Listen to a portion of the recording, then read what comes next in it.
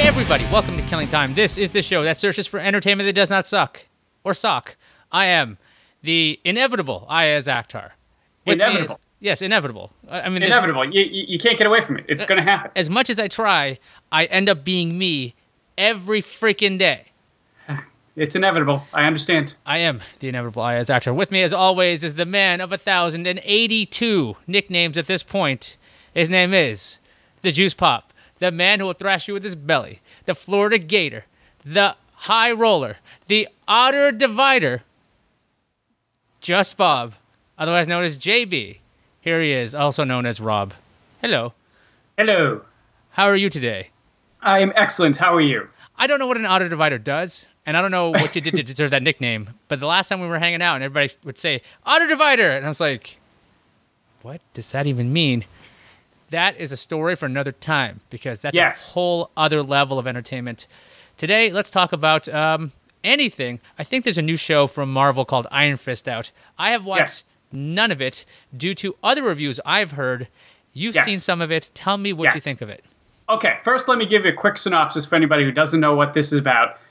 This is based on a Marvel comic. It's about a character called Danny Rand, who is thought to be missing for 15 years. But he actually crashes in a plane with his parents. His parents die, and he ends up at a mythical monastery called Kunlun, where he learns martial arts and becomes the Iron Fist. And the Iron Fist is pretty much, his fist glows, he is really powerful, he can punch hard things, and he kicks a lot of ass. That's in a nutshell. And he's got a cool dragon tattoo. Yes, cool dragon tattoo on his chest. Mm-hmm. And the this Kunlun, where he was, their mortal enemy is the Hand. And we know about the Hand from other shows that have happened on Netflix. Now, everybody, everywhere I read, said this sucked, it wasn't good, they expected so much more, blah, blah, blah. There was this big issue that they wanted them to hire an Asian actor to play the part. And so there was problems right from the get-go before I even watched the show. Now, I can tell you, as a whole, I've watched 8 episodes, and so is it better than Daredevil? No. Is it better than Jessica Jones? No. Is it better than Luke Cage? No. Is it better than 90% of the crap out there? Yes. The issue is it suffers by comparison.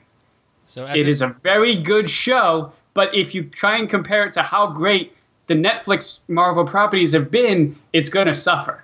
But if you can forget all those and just watch it as a show, it's actually pretty good. So this is honestly, this show searches for entertainment that doesn't suck. So the thing is, what you're saying is, all those headlines that say this is the worst Marvel television show, they're not wrong. Except the fact is, the Marvel television shows are very good.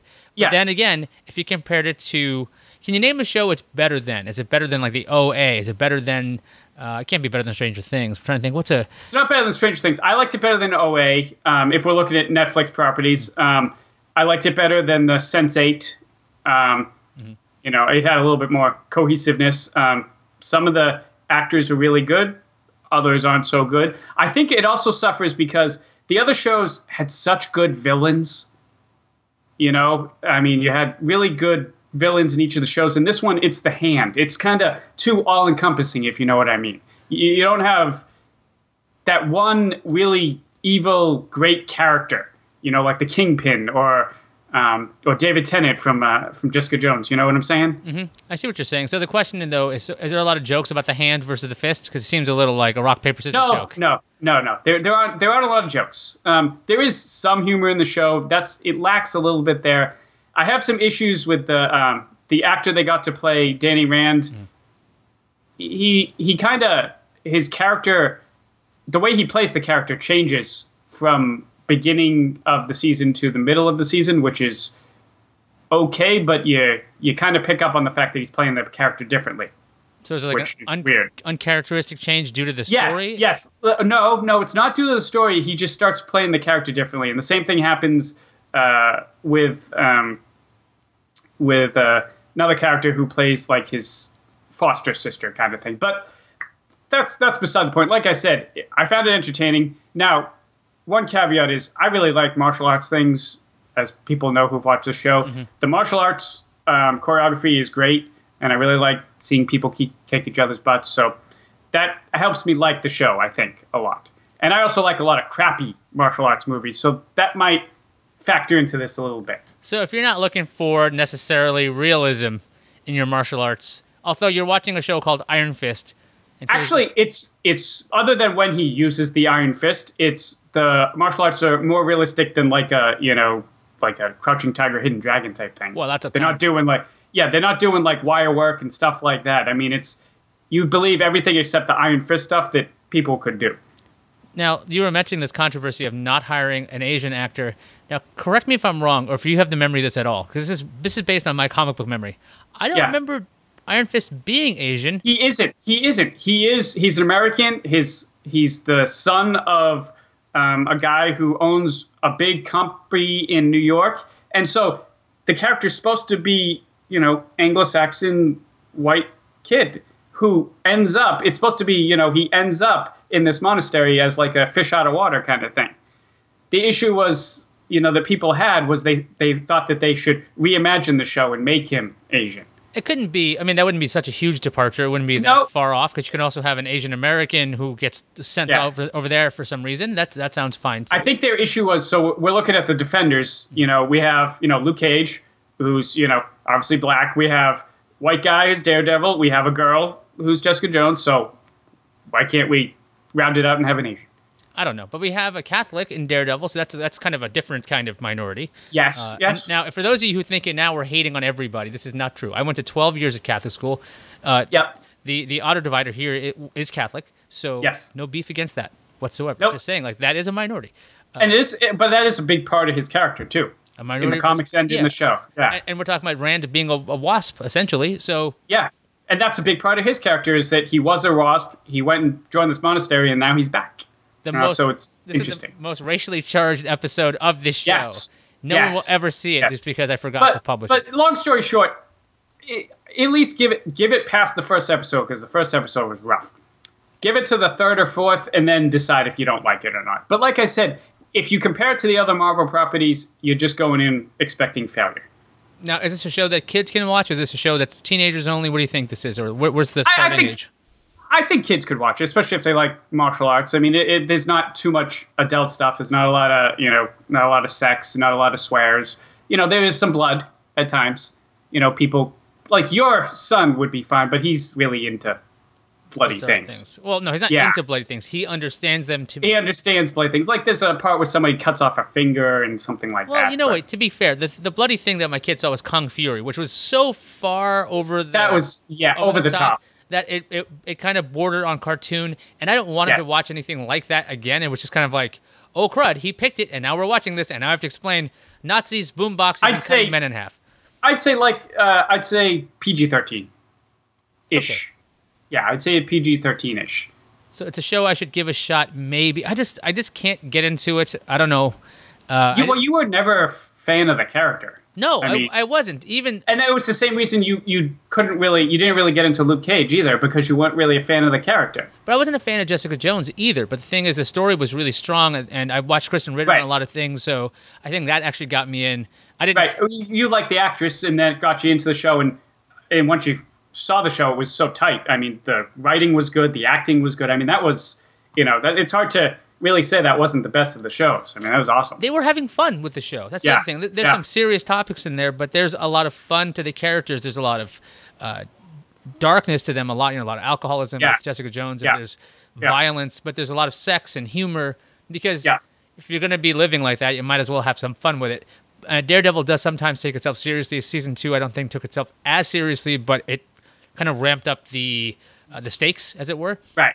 And a show devoid of humor kind of scares me, just in general, or like has a dearth of humor. That's right. Well, that makes me think of the DC movie properties.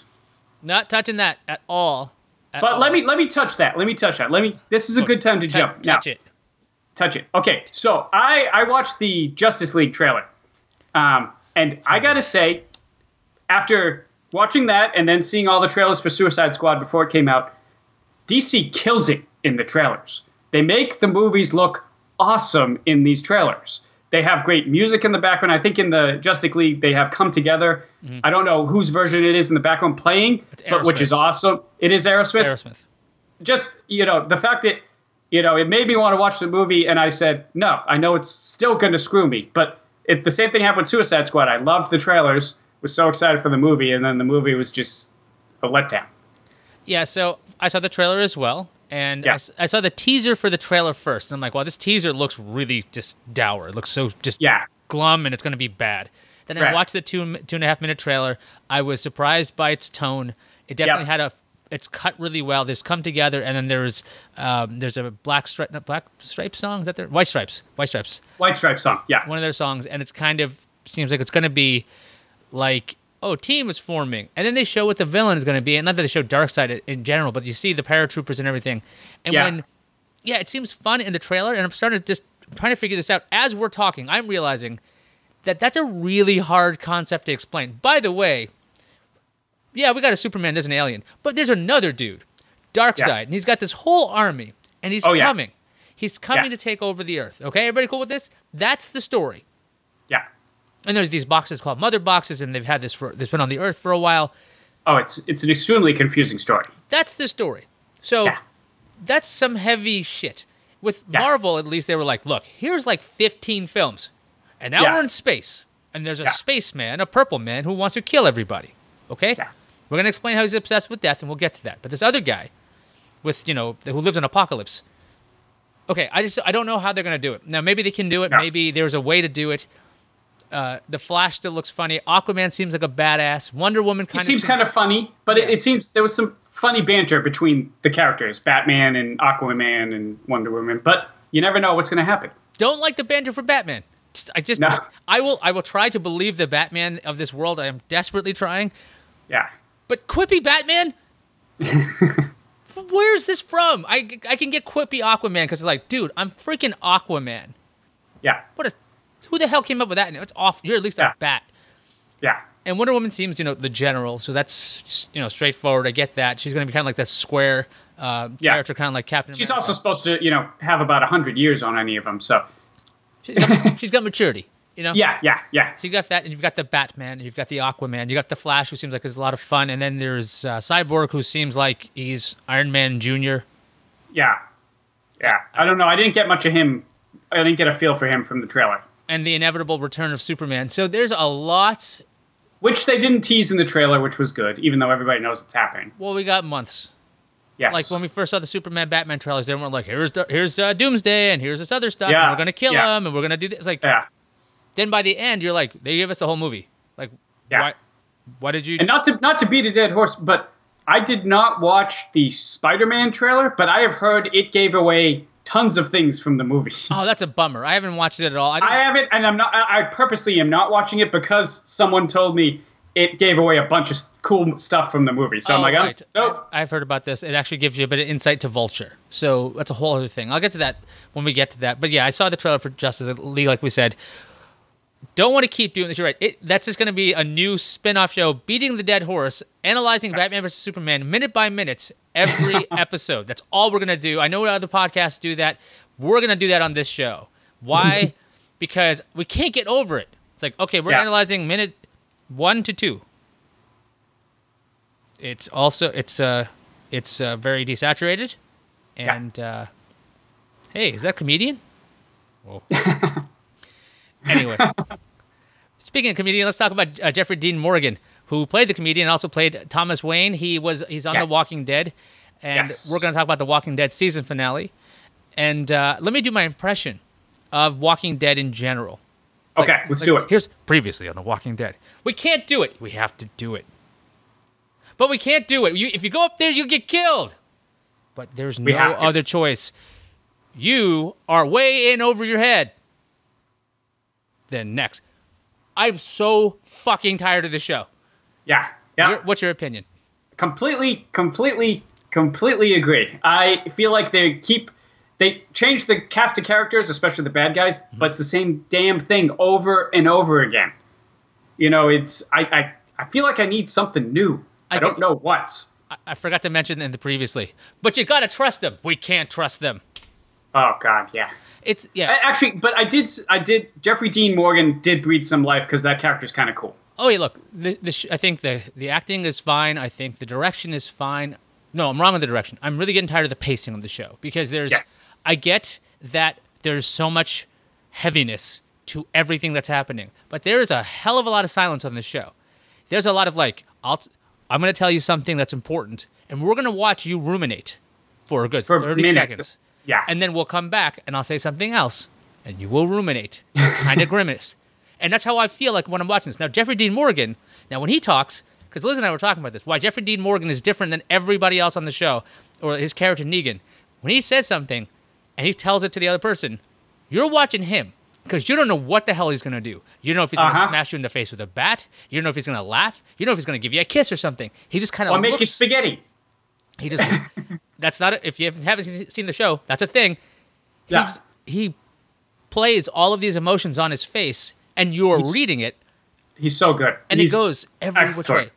And we've got Rick, he's got the same kind of thing going, because I was expecting him to like rip out somebody's neck with his teeth at some point, because we've seen that kind of crazy shit before. Yes. But it's this everybody else thing. Yeah. Like, I think it's Ezekiel talking to Morgan. This scene goes on for, I think, about 6.5 hours. It feels like it. Because I get what they're doing, and I understand it. And I haven't read the book, so maybe it's easier to read because you just kind of you don't have to wait for the pauses. You can jump the gutter. You're like, okay. Well, in the comic books, all it is they have a panel where they says something, and then there's a panel. They repeat it, or they go to just the next few panels are just different looks of the person's face. Yeah. So yeah. All right. So I'm tired of the show. I don't really care about it. Liz wants to watch it, so I watch it with her. She doesn't. We don't like wait. This isn't our special show or anything. And Liz's favorite character right now is the tiger. So. Oh, did she cheer when the tiger showed up last night? I don't want to hit any spoilers. I mean, it was hard not to say, thank God the tiger. I was just like, great. We haven't seen this before. All right, who's going to come save their ass now? It's Cringer. And it was the tiger. Yes, Cringer. Cringer. When I raise Battle Cats. When I raise this aloft my magic staff as Morgan's not in the scene. I'm just making shit up. Ah. But yeah. Yeah. Okay. Anyway, I think But the thing is, it's what people like, I guess, and what people want because they're killing it. I mean, the ratings are killing it. Not on that last episode. It was one of the lowest episodes for The Walking Dead in a long time for a season finale. So, like, it's not the best they've done because they've done better. But getting from point A to point B, or just getting from the beginning of the show to the end of the season, it's really, really hard to do. Now, that could have something to do with the lack of Glenn. That could have a lot of that, that jerking around first episode of the season. Where they're like, oh, yeah, Glenn is safe. No, he's not. No, he's not. Yeah. And that could have taken a lot of people out of it. I could see that because he's a great character, or was a great character. He was a great character, yeah. And he has a big heart in that. I didn't care for the epilogue of the last episode, where it just seems like it goes on far too long. Yes. So I think the shots are pretty. I think the acting is great. I still think they need to tighten up that show a little bit because it's just can't. Yeah. Anyway, so I don't think it sucks. Again, by any means, the show does not suck. No, but you also, with that show, you're comparing it to itself. Because in the past, it's been better. Yeah, it's been in better my than opinion. this. It's moved. Yeah. It kind of reminds me of Mad Men, where after a while, I'm kind of like, what is this episode about? Yeah, it's just like that. Every Mad Men, what it would be, what is this? What is this? And then there'd be, oh my God, that was a hell of an episode. What is this? What is this? Oh my God, another awesome episode. They're like, it's shot beautifully. Acting is great. And you're like, what did they do this episode? I think they ordered sandwiches at a deli. They didn't do anything. They didn't move the story ahead at all. There's like a bagel joke about California. That's that episode. Yeah. And then. Yeah. What happened? Nothing of consequence happened. Yeah. In a lot of the episodes, and then there'd be an episode where 10 things happen. Yeah, they're like, okay, by the way, we're being bought by this company, and we're merging with this one, and we've also, Dallon's got a new wife, and that guy just got his foot cut off. Okay? Exactly. There it is. That's the episode. Everything else, Don is smoking and looking soulfully. Yes. Painfully handsome. Having an old-fashioned. There you go. That's the show there. So if you're going to watch anything and be bored, those are the two shows you should watch. Watch The Walking Dead and watch them ruminate. But they're not dressed as nice, to be fair. No, I mean, he's good-looking people in Mad Men. On that note, let's get the hell out of here. Okay. I'm walking out of here. I'd walk out of here, but I got a very low ceiling. That was an interesting episode. Interesting. I hope So people long. enjoyed it. Farewell. Bye-bye. We'll see you guys next time.